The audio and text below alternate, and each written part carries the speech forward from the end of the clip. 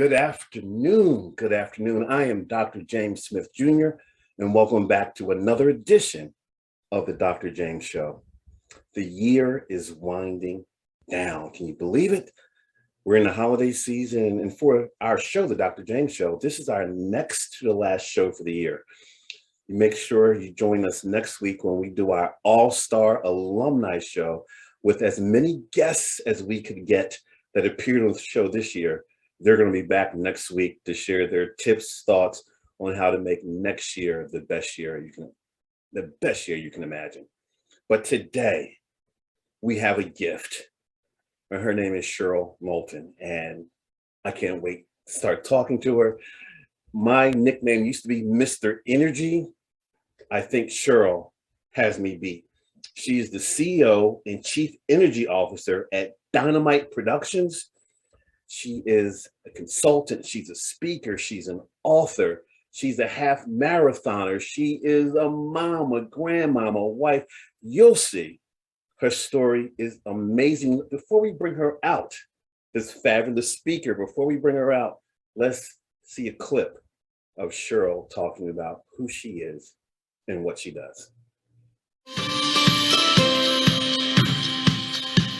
Hi, my name is Cheryl Knowlton. I am the president and CEO of Dynamite Productions. We exist to solve real estate agents' problems when it comes to what do I do, how do I do it, and why do I do it? Those are important questions that real estate professionals need to ask, starting with why. So what do we do about the fact that we are working 50, 60, 70, 80 hours a week, and we are overwhelmed, overworked, and completely stressed out? Anybody feeling that? I am a national real estate educator, speaker, trainer, author, and coach.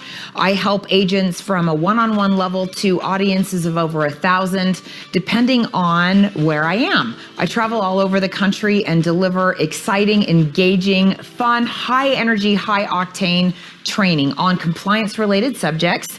But we want to make certain that everything you do is 100% fully compliant with state law, with federal law, and with the code of ethics so that we keep you out of trouble and out of court. I think too often real estate agents go through the pain and agony and suffering that is pre-licensing education, take and pass the real estate exam, sell a kidney on eBay in order to be able to pay their dues and to be able to say, hooray, I'm a real estate practitioner now. My phone is going to ring off the hook. And it doesn't happen that way. They don't understand and have the proper expectation that real estate sales is exactly that. It is a contact sport, and it is a sales position that requires a very high level of understanding of compliance-related issues, including state law, federal law, antitrust, contracts, and agency. Cheryl Knowlton, the queen of compliance. Welcome to the Dr. James Show. Welcome. Welcome. We are so thrilled, happy, blessed to have you. How you doing, my friend? Oh, how are you, my friend? I am happy and blessed to be here. That was quite the introduction. It's just going to keep getting better. How did you get the name Queen of Compliance? Oh my gosh, that's a hilarious question. I know because you were captain of the football team back in the day. Sometimes you're given nicknames in life that you may not actually love and embrace right away. But ultimately you realize, that actually is a fit. So I was doing a fair housing summit in Georgia years ago. One of my favorite subjects to speak on, fair housing and diversity and inclusion. You and I have had that conversation on my podcast, which was amazing. Y'all ought to go check that out and hear Dr. James' incredible brilliance that he shared with my audience. But I was in Georgia speaking on fair housing. And by the time I was done, someone came up to me and said, wow, you are the queen of compliance. And I was like, ooh, I don't know that I want to take that on, but now I have fully embraced, I have a sickness when it comes to the love of law and contracts. I never went to law school. My dad told me he would withdraw my entire college fund if I decided I wanted to go that direction. So, being the cheapskate that I was back in that day as a college student, I said, well, if dad's not going to pay for it, then I can't pursue that. I just found another way. So Here we are. Here we are. Cheryl, oftentimes people will see us as speakers. They'll see the energy, feel the enthusiasm, and wonder, is that person really like that? Or is that a show they're putting on? Where does all your energy or energy come from? Oh, whoa, write that down. That's amazing. I'm going to have to, that's incredible. Love that. That is a really, really great question. And it is natural. It is who I actually am, but I am very much like the Energizer Bunny. People feel very, very sorry for my husband. They're like, oh my gosh, how do you put up with that? And I am either going Mach 10 with my hair on fire, or I'm asleep. I basically have two settings. And there really isn't any other setting. Is woo, full steam ahead, or I'm asleep on a subway in New York City standing up, because that has happened. Wow. You're the one. You're the one. We have a picture of you, what I call dropping the mic, next to a picture of you receiving your certified speaking professional. Oh my gosh. Designation. You want to speak to both of those? Dropping the mic and you receiving your CSP. Oh my gosh. First of all, I have to give credit to my amazing photographer, Carrie Mann of Purple Moss Photography here in Salt Lake City.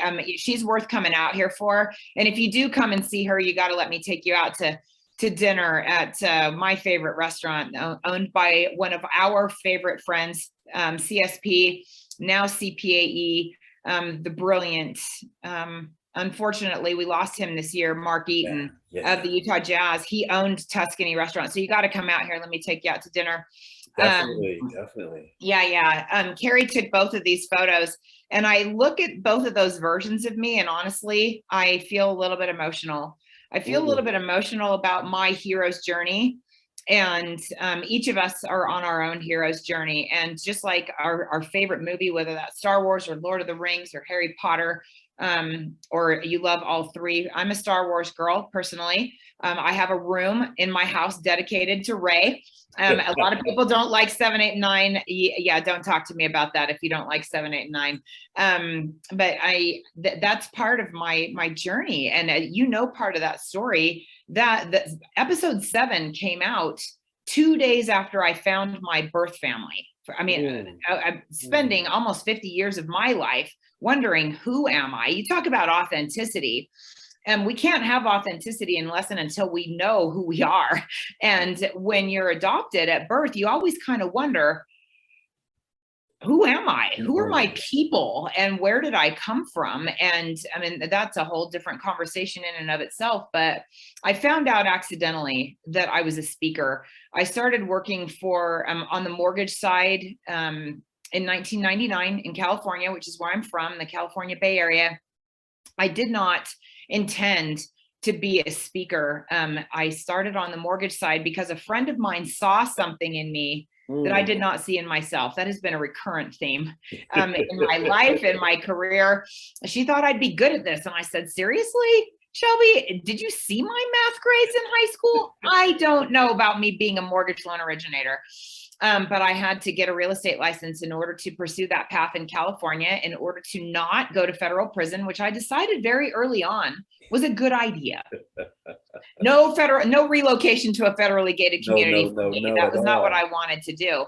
And so I got licensed as a real estate agent in order to become a mortgage loan officer, which led then to a different part of my hero's journey. I started to work in wholesale. And it was when I was working on the wholesale side of lending, after becoming a single mom in this industry, and then meeting the love of my life, my sweetheart, Rick. He's the one a lot of people feel sorry for. Bless his cute heart. Yeah, he's amazing. I started teaching classes. I noticed some. Oh, there he is! Oh, my Prince Charming! Look at you! This is so fun. What a good sport. Yes, pictures of my sweetheart and me. And honestly, I'm looking at some of these pictures and I'm like, whoa, talk about my hero's journey. So as you know, I lost never to be reclaimed 40 pounds this Wow. year. And so Wow. I look at some of those pictures of me and I'm like, oh, mercy. That was a version of me that I embrace and love and also recognize that's not who I am anymore. Well, And that's, let's show a picture of what the new you looks like. I think we oh have boy. a selfie of you. Let's see if we Oh can gosh. find I'm that terrible at picture selfies. of Full the. disclosure. So am I. Watch So out. am I. So am I. Oh wow. Yeah, and that was a few pounds. That was a few pounds ago. Yeah, yeah. And that Wow. so we've dropped a few since then. And I'm getting ready for my 28th half marathon, which will be at Disney World in 2 weeks. 28th. 28th, right? Yeah, I'm crazy. I actually wrote a book called I'm Only Half Crazy about my first 20 half marathons. My goal is to do 60 by my 60th birthday. And I do have 10 grandchildren. We got 3 on the way. So, oh, look at that. This is so fun. There's the cover of my second book, and it finally is on Audible. So for those of you who don't love to read, it is available on Audible. But this particular book is designed to be short, sweet, and to the point, and it's got a lot of really cool pictures in there, put together by some really talented people, i.e. not me. So Sure. Sure. What was the motivation behind this book? the motivation behind this book, or why I started running to begin with, when I used to believe it was punishment. Both. Yeah. I started running, I want to say I was right around 43-ish. And my 2 oldest daughters, Ashley and Bryn, were doing a half marathon together. And they are both multi-diamond Beachbody coaches, total mom bosses. Yeah, they're incredible. They're such an inspiration to me in every way. But they were doing a half marathon and they invited me to come to the finish line to cheer them on. Oh, you think I have energy. The energy of that finish line. I was looking around, people cheering for random strangers, ringing cowbells and signs. And yeah, woo. And I was like, oh my gosh, I love this. I want this. And you know how that moment, when you're in the moment and a dream is born and you're like, oh gosh, something just happened. A dream was just born right now. And I said, I want this. I want this enough to train for it. I want this enough to do this once. And I found out something I didn't know. Being a spectator, the energy at the starting line is even better. It's even better. And when you do a Disney race, there's fireworks and there's Disney characters and there's music, and you start this crazy activity at 5:30 in the morning, which is nuts. But yeah, that's a whole nother thing. So a book was born from all of that. I mean, all that's going on. How does a book get into your head? Oh my gosh. Well, I did not stop at one. I decided that I loved the experience of pushing myself beyond my own boundaries, which has become a theme in my personal and my professional life. And then I did 2, and I did 3, and then I did 5, and then I did 20. And I decided to write a book. This is my second book. I wanted it to have appeal for everyone. My first book is called Burn the Hamster Wheel, and it's specifically stress management strategies for today's real estate professional. I wanted something that was going to be a benefit to everyone, because honestly, ideas came into my head when I was running, especially distances. Oh, there's my first one. How fun. Like no big deal. There's my first book called Fun. I just do it like this. There it is. And that one's also on Audible. This one can be purchased on Amazon. The second one, if you want the actual paperback version, we can get that to you. Just you can go to my website. I'm sure we'll talk to people about where to go for that. But my second book, I wanted something easily digestible, because I was really truly learning a lot about myself, about life, and I was having all these huge epiphanies while I was running. Everything from comparison is the thief of joy, and run my own race and focus on my own race, to a lesson that I very recently became reacquainted with.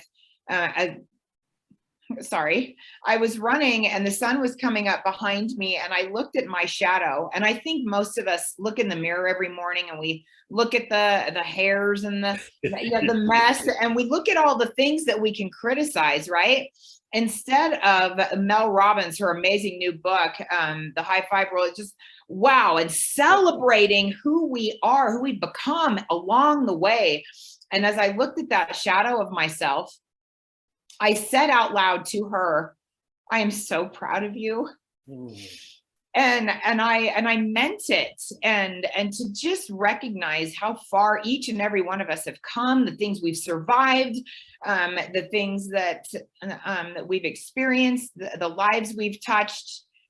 We fail to give ourselves the credit that we deserve, and need to do so on a more frequent basis so we can fuel ourselves with that energy of love and giving and service, and recognizing our own best gifts so we can give them with more frequency. Well said, well said. The previous picture showed you receiving your certified speaking professional designation. What did that mean to you? And for those of you out there who don't know what a CSP is, Cheryl's about to enlighten you. Oh, the medal is right behind my fabulous friend. Look at that, look at that, look at that. So that is how you and I met, my fabulous, brilliant friend. We met at the Certified Speaking Professional Summit, hosted by the National Speakers Association in San Diego. While you're talking, I think we might have a picture of that, but you can continue to speak. I want to see. That dream was born out loud, not far from where I'm sitting at this very, very moment.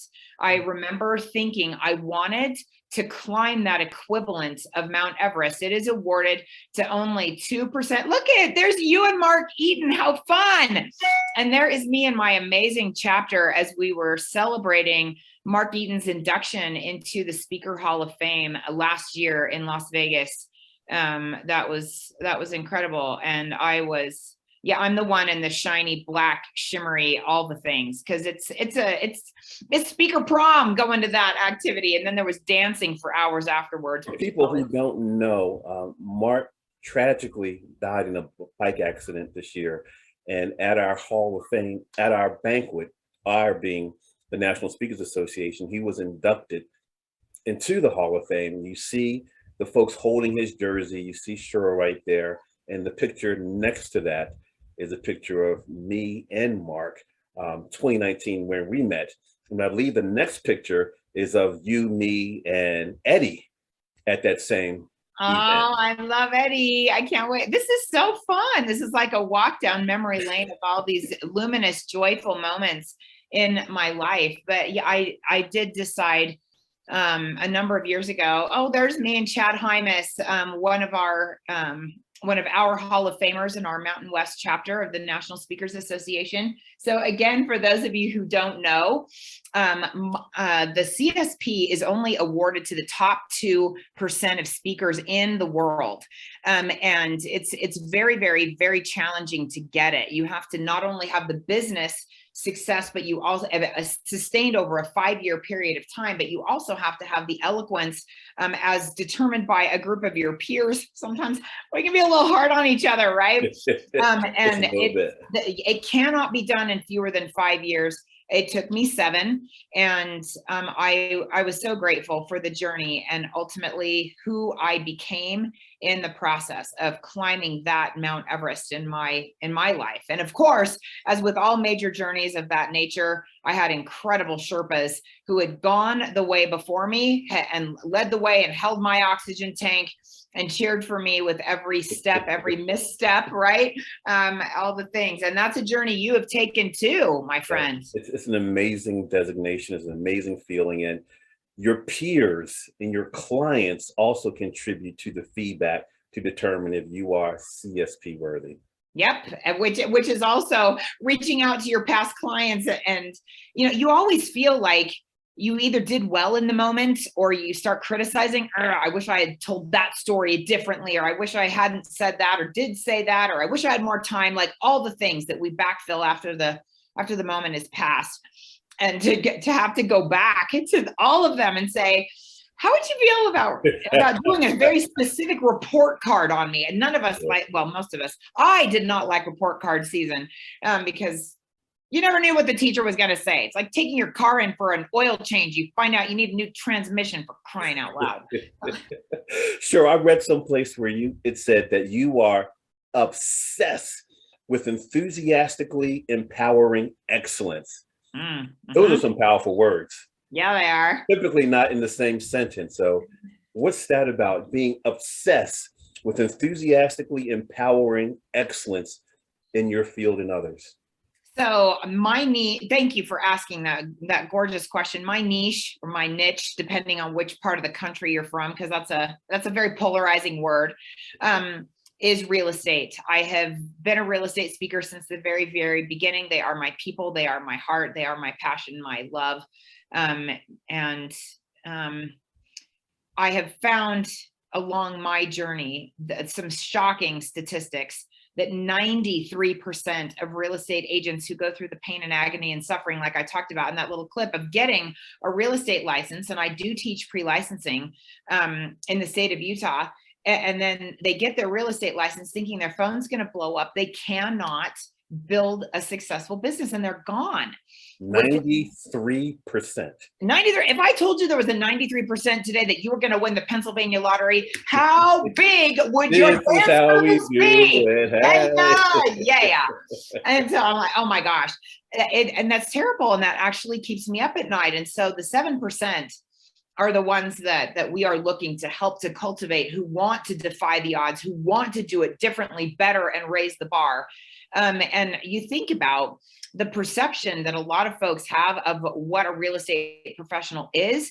It ranges everything from being a sleazy salesperson who doesn't care about me and only wants the commission and, desperation breath, commission breath, ew, to we don't need that anymore. Aren't those like travel agents? Aren't those, can't I do this by myself? I can go online and I can put a house in my cart. That's what I'll do. And I'll buy it and I will pay for it. And then I will get title to the house and the keys and I'll move in and everything will be great.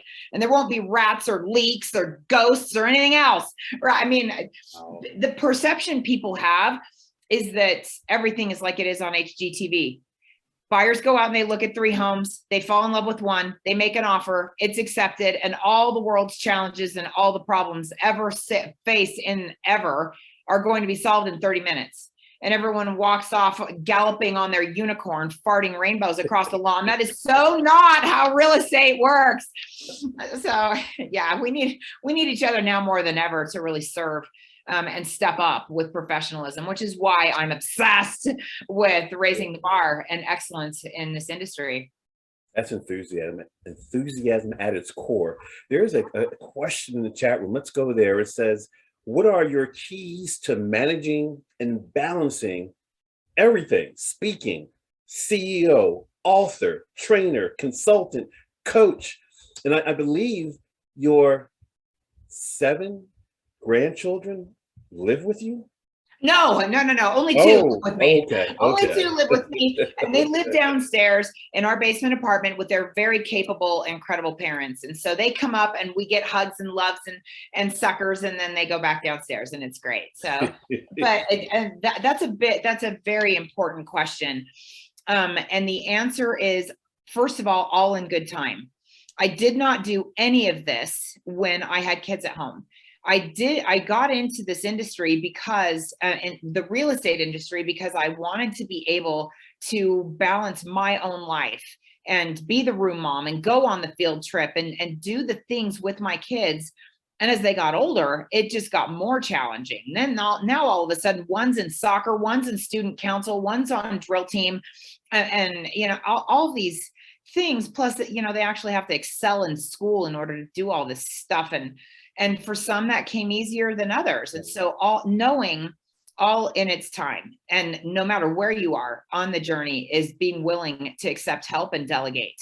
Surround yourself with people who are going to make you look great and are going to take over those tasks that you don't want to do. Everything from your taxes to cleaning your toilets. And they are about equally fun, in my opinion. So I hired somebody to do both for me very, very early on so that I could focus on my zone of genius and where I'm really going to add the most value and make the most money, because our time is our most valuable asset. So we have to protect it. We have to. Someone in the chat room put down, one of my favorite running mantras is, it's not about finished times, it's about finished lines. That's Ooh, nice. yeah. That's nice. Next question. I am married to a real estate agent. Bless your heart. Can you share a couple of management strategies? Where do I begin? I am also married to a real estate professional, and I understand this industry. I still hold an associate broker's license, and my husband is an agent. He just closed yesterday the most difficult transaction that he has ever done in all the years that he's been in this industry. And so, friend, I would just say patience. Patience. Is it a very stressful industry? Extremely, which is why people go, whoa, I did not sign up for this. And they're like, peace out. I don't want to do this. I'm going to go back to Bob's Trucking. That was a lot easier I don't like people after all. So what are some of the folks in your industry stressing about these oh my days? gosh. So a lot of things. First of all, in this marketplace, in the Salt Lake City marketplace, our jobs growth post-pandemic have been higher than pre-pandemic levels. As a result, we have a shortage of housing for great jobs. We have a lot of really highly paid, very highly skilled workers who want a beautiful home. And there just aren't enough of them to go around. If there's 10 buyers for every house, that creates a multiple offer feeding frenzy that creates a desperate necessity for a very highly skilled agent, both on the buy side and on the list side, to be able to champion their client and walk them through all of the many landmines that are involved from the seller. How do I know which one to pick?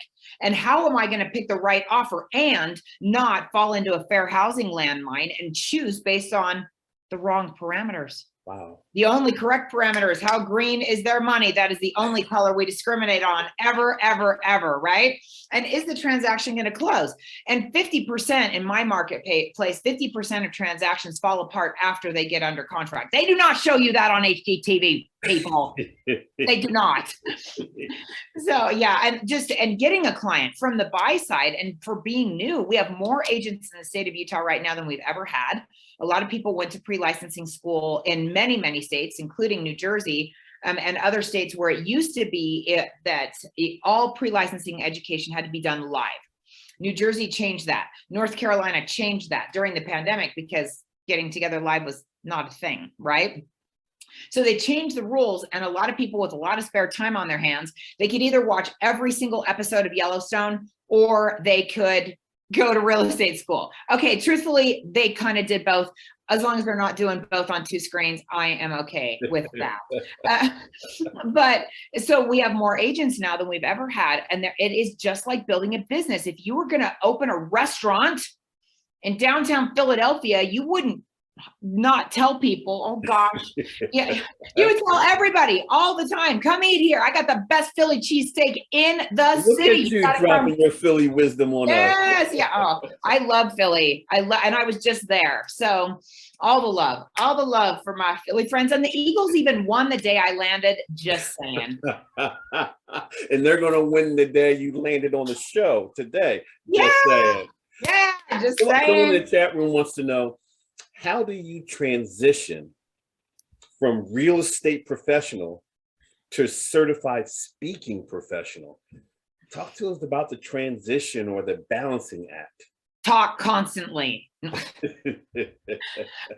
I found myself in a position on my journey to be blessed to really love to speak. And I found that what I really was lit up by, you ask where my energy comes from, when I am standing in front of a group of people, whether it's 3 or 3,000, and I share something, I drop a story, a pearl of wisdom on them, and I see the light go on in their eyes. They see this industry or their clients, or even better, themselves differently than they did when they walked in that door. That is what lights me up. And so I started teaching continuing education courses at my local board. And I guess I didn't suck because I didn't know this was a thing, but they started talking to each other like, wow, you got to hire her. And then I discovered if I write more courses, they'll hire me more often. And I discovered I loved course creation. I loved content creation. And then I loved the delivery of birthing something and then seeing it through and having it grow up and then improving it each time that I taught it. And then I started speaking. I started being invited to speak in other states. And then I got invited to be on the leadership team of a company. And I got to build a training curriculum for them. And ultimately, the National Speakers Association counts those employment opportunities. If you are doing speaking training, not coaching yet, but speaking and training in front of an audience, they count that toward the earning of your CSP. And I had many such opportunities to be on the leadership team for different organizations and then teach a lot. And I loved it. And the more I did it, the more I loved it. And now you can't shut me up. So let's see a brief clip of you describing the type of customers or people who bring you in to speak. Oh gosh. Oh, here we go, kids. Buckle up. And after we watch it, I want you to speak to it some more. Okay. Whomever brings me in, whether we've got a group of 5 or a group of 5,000, I believe that we learn best when we're having fun. So first of all, it's going to be high energy. Second of all, it's going to be super engaging. And third of all, we're going to lay the foundation of solid knowledge base, relevant, timely knowledge base that is going to be essential to that real estate agent moving forward in their career so they can be confident and competent knowing that they are being trained properly. And last of all, it's going to be highly engaging. I like to use a variety of different teaching modalities so that the student is engaged regardless of their level of understanding of the real estate business, whether they've been in for 5 minutes or 50 years. Every single one of us has something to learn, and I love that about real estate. I love that there is always something new to learn because the business is always changing, and that's what keeps it fun. I love that you love what you're doing. Do you love it a little bit? Do you love it a little bit? So I was when I was just in Philadelphia, the reason I was there because I was on my way to the largest continuing education event for realtors in the country. It is called Triple Play, and it was my 4th time being invited. It is the amazing states of Pennsylvania, New York, and New Jersey. Every year, they always have their tri-state convention in Atlantic City. And so there I was, and I taught my first class, and it was more on broker compliance and risk management. Love those topics. Guy comes up to me afterwards, and I knew that he was a broker because he had indicated as much and had some great things to contribute. Everyone's walking out the door, and he comes up to me and he says, I got to tell you, at first, I was terrified of your energy, but then I got used to it. I'm like, that's going on my website right there. At first, I was terrified of your energy, and then I got used to it. So I love it. I love it. What's the magic of the experiential aspect of the training? You said you wanted to be experienced. You wanted to be engaging. So a lot of speakers, unfortunately, show up and throw up content. Show up and throw up? I'm writing that down. They have a lot of content and it's coming at you nonstop, but they're not thinking about the people-centric or the people-centered side of their presentation. And you speak to that at length: engagement, experiential, different modalities. Why? Because that's how I learn. And if I am bored to tears, I'm not learning anything. I am praying for either death or for the clock to move at lightning speed so that I can get myself out of there. And that is not learning. And ultimately, that's not serving my clients. It's not serving the industry. If that is my learning experience, my mandatory learning experience, where's the up leveling in that? So. And I don't learn unless I'm laughing. And so I try to create lots and lots of laughter, lots of fun, lots of engagement, because we all learn in different ways. And we all show up in a classroom, no matter the size of the classroom, with real life going on.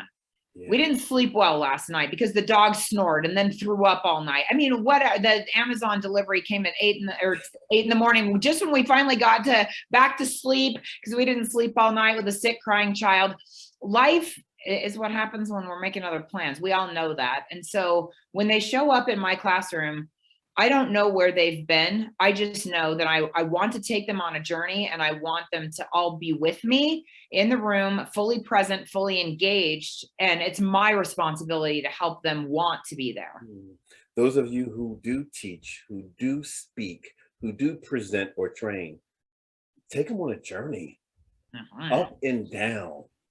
Take them on a journey. Ask yourself, how am I doing in the journey to business? There's another comment that says the most important tenets of training. Congratulations. Person resonated with your comment. Then it's, what do you think potential real estate agents should know that you think they really don't know before getting in the industry? Okay, you said permission to be Cheryl Unplugged. Are we ready? Unplugged, bam. When I used to work for one of the largest pre-licensing schools here in the state of Utah, I got permission from our CEO to give it to him straight. And then when I built my own school, I give it to him straight. I didn't ask anybody's permission. Here's the truth about real estate. Being a real estate professional is the hardest thing you will ever do in your adult life, other than being in a long-term committed relationship and parenting. Those are the only two things that are harder. Because people think that the perception of real estate agents is that we drive around in BMWs with our multiple Rolexes on every rolling up, and that it's fun, and that we love people and we love houses. Okay, how much do we love people? And how much do we love houses when you got a buyer who wants to go look at 75 homes on Christmas Eve? Ready to go knock over a 7-Eleven. It is hard and it's stressful, and the lack of public understanding about what we do and who we are is a really big challenge. And if agents don't know who they are and the value they provide, and the public doesn't know either, then that is a recipe for not awesome. That's amazing. Amazing. Cheryl, I'm going to place you in the hot seat part of the Dr. James Show. And with the hot seat, I give you a word and you share the first word that comes to mind. This is unrehearsed and unscripted, kids. Absolutely. This is live. So this is talk to think, not think to talk. So no editing, just bam. Let's see how well the queen of compliance does in the hot seat. Okay. Yes. First word. Enthusiasm. Joy. Disney. Joy. All the joy. But the bigger word is magic. Disney is magic. Family. Joy and magic. And my heart. Running. Pushing myself. You're thinking. Pushing myself beyond my limits. Pandemic. Not fun. Inclusion. Essential. Trust. Needs to be built and established over time. Cheryl Knowlton. Getting better every day. Legacy. Ooh, juicy. Yes. Yes. Leadership. Legacy. And permission to elaborate for a minute on that? Go for it. One of the questions that guides my life is, who am I becoming? And the other question that guides my life is, what is my legacy going to be for my family and also for my industry? Who am I becoming? Who am I becoming? And what legacy am I leaving, both for my family and for my industry? And for me, my industry is both the real estate industry and anyone that I have the opportunity to touch through my speaking. I am currently serving as president-elect of the Mountain West chapter of the National Speakers Association. And I'm coming there next year. Yes, you are. I can't wait. And there's a little play that you might have heard of called Hamilton. A little bit of awesome. And I had the opportunity to go to Broadway and see that. And that is what guides my life as the Dean of Speakers Academy, as the incoming president of National Speakers Association, is a little line that goes something like this. God help and forgive me. I want to build something that's going to outlive me. And that's from the song Room Where It Happens. Alexander Hamilton is singing that to Aaron Burr. What do you want, Burr? What do you stand for? And that is a major theme. Not to be a spoiler alert. I mean, that is not the spoiler. If you don't know how it ends, go back, consult your history books, and then turn it up on Disney Plus. That it is so incredible and so brilliant. But that is what guides me in terms of all of that you touched on. Inclusion, leadership, legacy, family is God help and forgive me. I want to build something that's going to outlive me. What keeps you going on that day or a moment or a minute when it's not a good one? When you're having a human moment, you're not wanting to get out of bed, you're not wanting to see another client, you're not wanting to do another session, where you are, I'm done. How do you rejuvenate? Loud concerts in the car. Very, very loud. Testing the limits of the sound system. And sometimes there might be a little speeding involved. We won't tell anyone. Let's shift a little. You are a certified Fascinate advisor. Mm-hmm. Can you talk to us about the Fascinate method and the Fascinate Advantage? Ooh, and it's a book from Sally Hogshead. I do have the book. Tell others why they should get it, and what's this magic with the Fascinate method? How long have I got? Oh my gosh.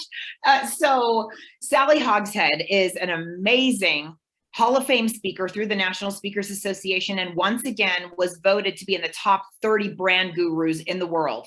If you tune into the Today Show the day after the Super Bowl, and go Eagles, at any given year, the Today Show brings in Sally Hogshead to talk about all of the ads and to debrief the branding.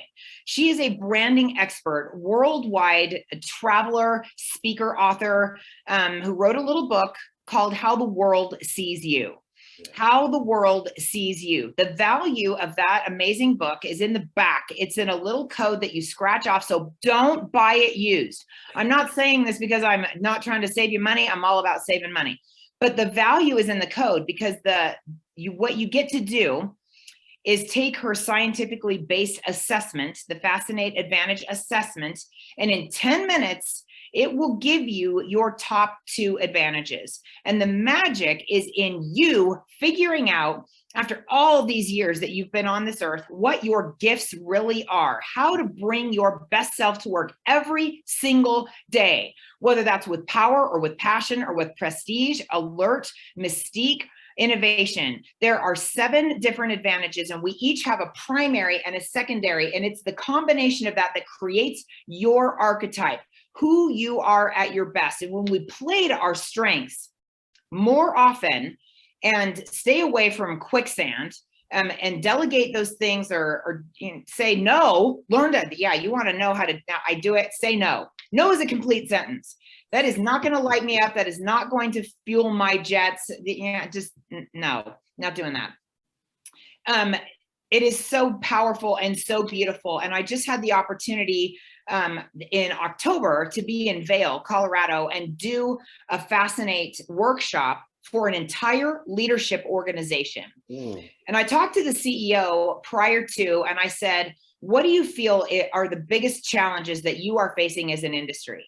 And we gave that challenge, that question, to the group, but sent them off to be in 7 different small groups and solve the problem with their strengths. The CEO was blown away by the depth and breadth and wide expanse of ideas that he offered them $500 to one lucky winner of a drawing for them to email all of their ideas to him so that he could use them as the playbook for the entire rest of the year. Then I just went back and did a follow-up with them. I just right after I was in Philly, flew from Philly to Denver. And 2 of the ladies that were there told me afterwards that they were both laid off immediately after hearing me speak in Vail. And they took what I taught them, and they are now approaching their job search in an entirely new and different way, not only to be very, very strategic about who they are and what they bring to the table and the value that they add, but what is not their best use of their talents, so that they don't wind up accepting a job that's less than anything that they're going to be absolutely stellar at. It also plays a role in your word choice, right? Because describing how you describe yourself, obsessed with enthusiastically empowering excellence, that's fascinating stuff, right? Yes, it is in part. My primary advantage is prestige. And my second is power. And so when I choose words, I mean, we are in the words business as speakers. I'm not messing around. We gotta pick the right words that are gonna have powerful impact. And of course, there's a little passion sprinkled in there for fun. Yeah, just a little. Can you tell us about the story of the person, I believe it was a young man, who wasn't doing well, but read your book, did everything in the book, and I think in his next month, he made $86,000. Oh, that was a young lady. Yes, she's now one of my coaching clients. And she actually, she had her real estate license, but she wasn't really pursuing that actively. She was introduced to me through NSA, through our chapter. I had written my first book, Burn the Hamster Wheel, and one of my colleagues introduced me to this fabulous human, and said that she would be good at editing and formatting my book so that we could get it ready to be published. And she did it. And so she didn't just read the book, she went through it over and over and over and over again with editing and formatting. And so, yeah, she could practically give my keynote for me. But then she called me and she said, I don't know if you remember me, but yeah, I did everything you said in your book, and I made $86,000 last year. Now I need a life. Will you help me get a life? And I said, I can do that. Yes, I can. So yes, I'm joyfully coaching her now, and I love that journey. Cheryl, what gets in the way of our finding ourselves, our living that radically authentic life? What gets in the way? Oh my gosh. You are the expert on this, my friend. But for me, that came as a result of early childhood experiences. My early years were fraught with peril. You talk about a hero's journey. I was born to two teenage parents who had no intention of getting married, no ability to start a family.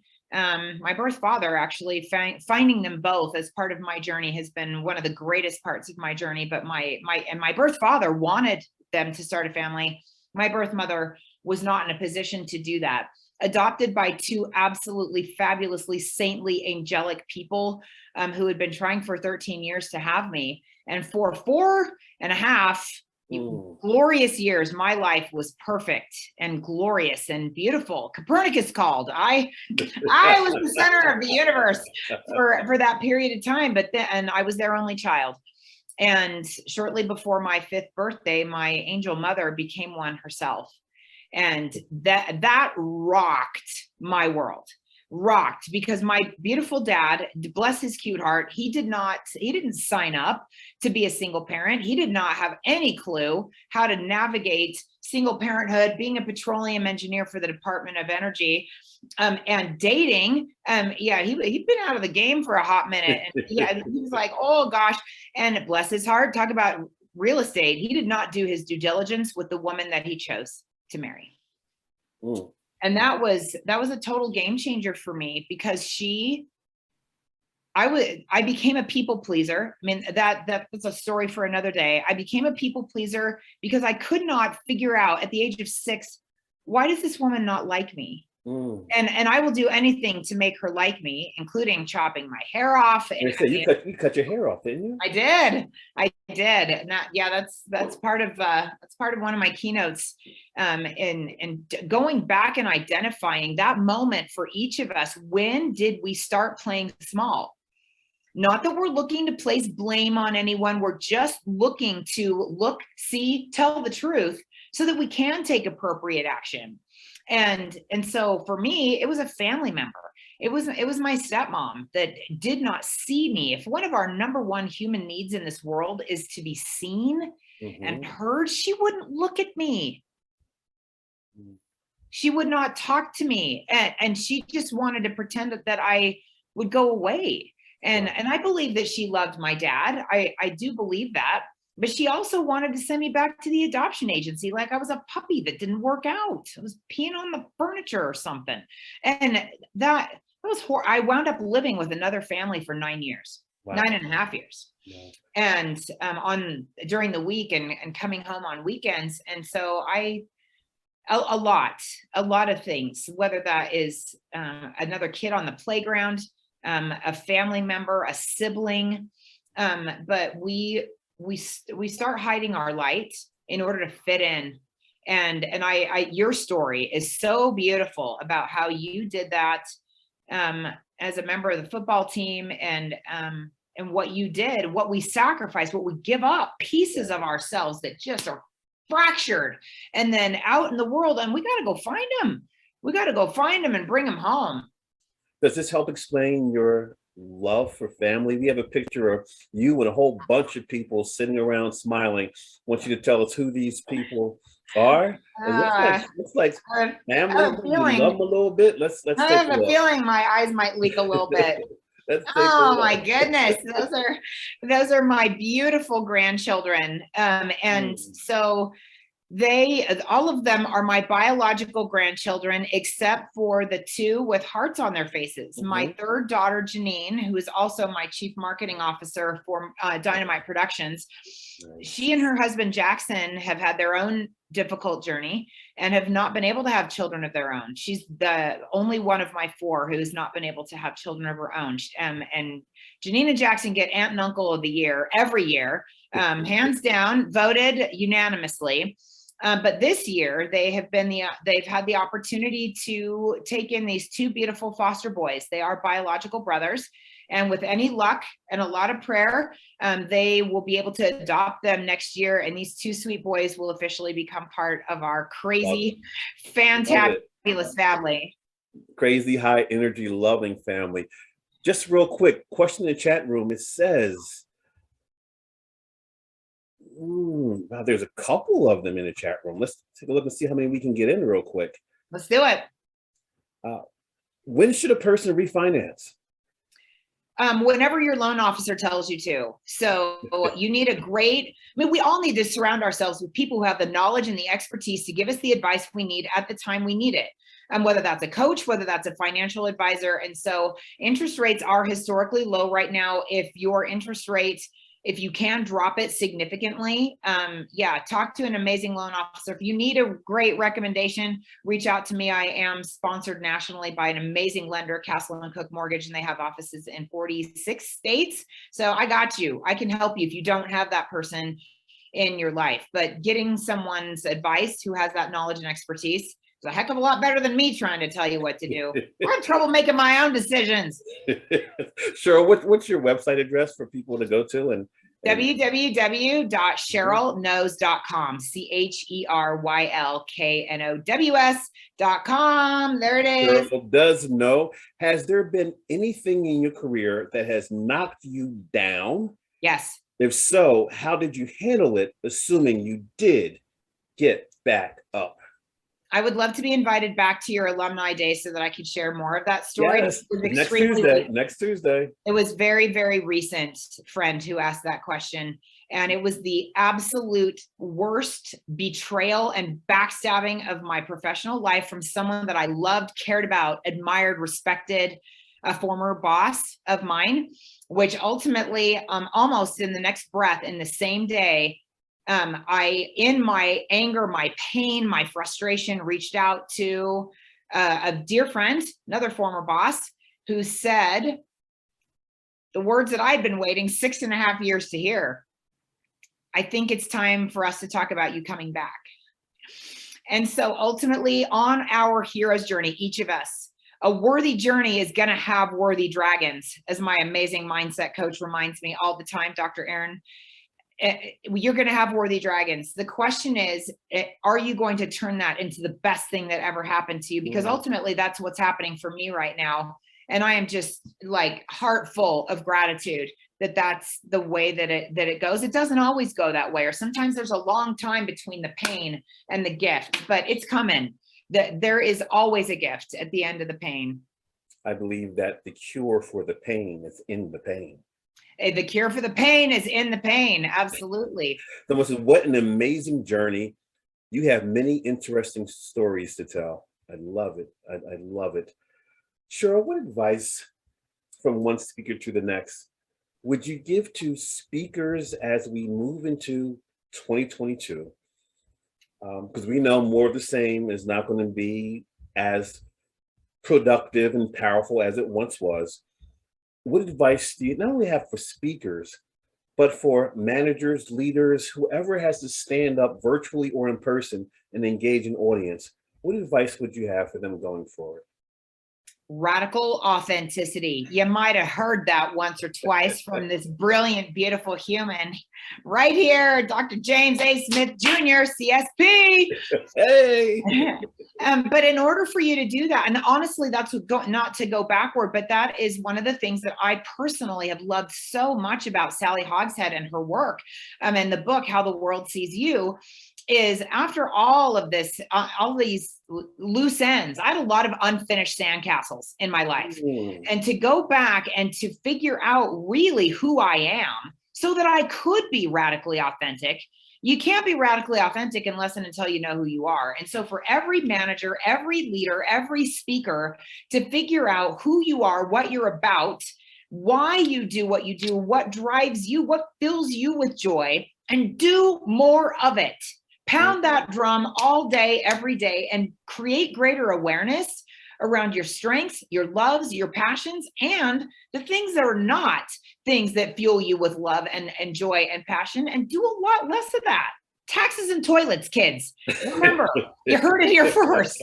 They both stink a lot. Cheryl, what's next for you? Invite me back in 6 months and I can tell you.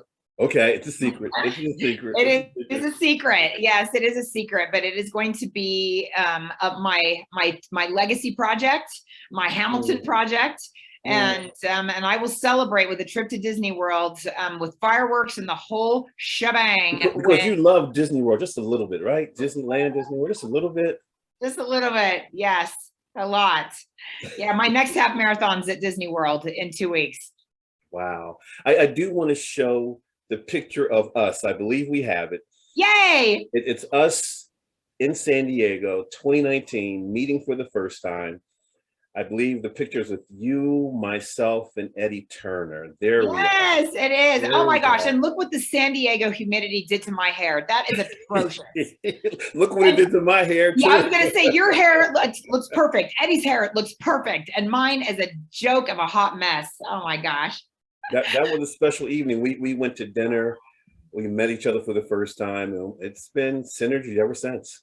Oh, what a beautiful experience. What a kismet in my life that I got to sit next to you at dinner, and we laughed so hard and had so much fun and such incredible food in such a beautiful place at a restaurant overlooking the ocean. It was dark, but we knew it was there. I saw the water.